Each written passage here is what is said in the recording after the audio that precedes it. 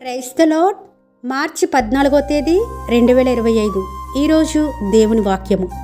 ప్రకటన గ్రంథము 21వ అధ్యాయము 27వ వచనము.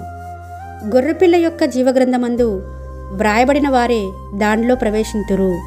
ఇక్కడ గొర్రెపిల్లకు కూడా ఒక జీవగ్రంథము ఉంటుందట.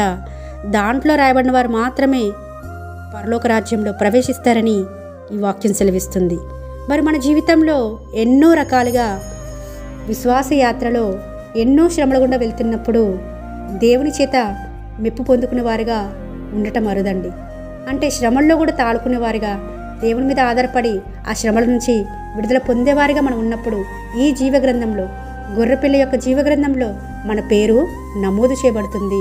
తద్వారా మరి ఆ పరలోక రాజ్యంలో మనము ప్రవేశించేవారిగా ఉంటామని ప్రభుపేట మనవి చేసుకుంటూ మీ సహోదరి ఎలిజబెత్ రాణి.